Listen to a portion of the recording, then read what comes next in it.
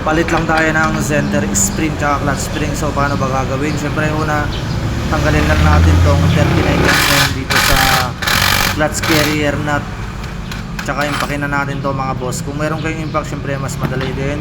Dahan-dahan lang, baka mabossing kasi baka mamaya tatalsik sa mukha natin yan. Then tanggalin lang natin stock na center spring, and yung ilalagay natin 1000 rpm na TSMP.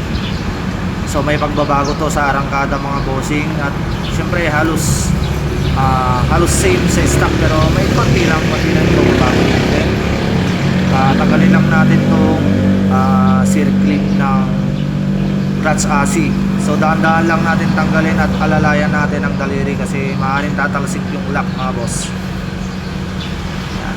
Gamit lang tayo ng flat screw na manifest, then pukpukin lang natin ng konti yan mga boss, gamit na martilyo. Kahit yung kung rubber mallet yan, mas maganda para matanggal lang natin yung plate. Then gamit tayo na external plier para matanggal naman natin tong clutch spring kasi papalatan lang din natin yan mga bossing.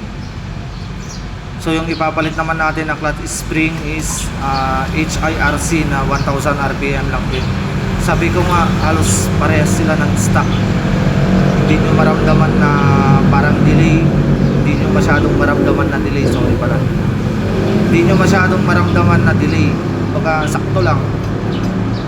Then iwas vibrate lang din yan kung medyo mas mataas na clutch spring tsaka center spring, dahil hindi mapagpag yung bevel natin mga boss. Siyempre gamit ulit tayo ng external plier para mailagay naman natin yung clutch spring. Pag nailagay na natin yan mga boss, siyempre sunod na natin yung plate. So gamit naman tayo ng mallet ulit na combination hammer yan. Then 10mm yung pinampok ko dyan mga boss para mailubog ko siya. Yan. Saka natin ilagay yung circlip.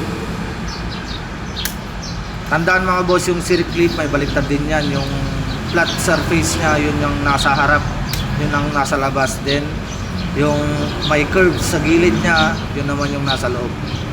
Same dyan sa plate ng clutch. Yan, saka natin ilagay dito sa torque drive.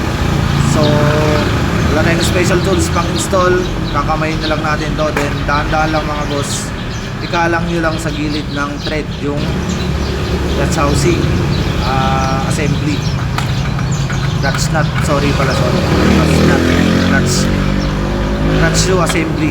Then saka natin impakin dalawang impact lang. Okay na yan mga boss. Ganun lang magpalit ng center spring, clutch spring.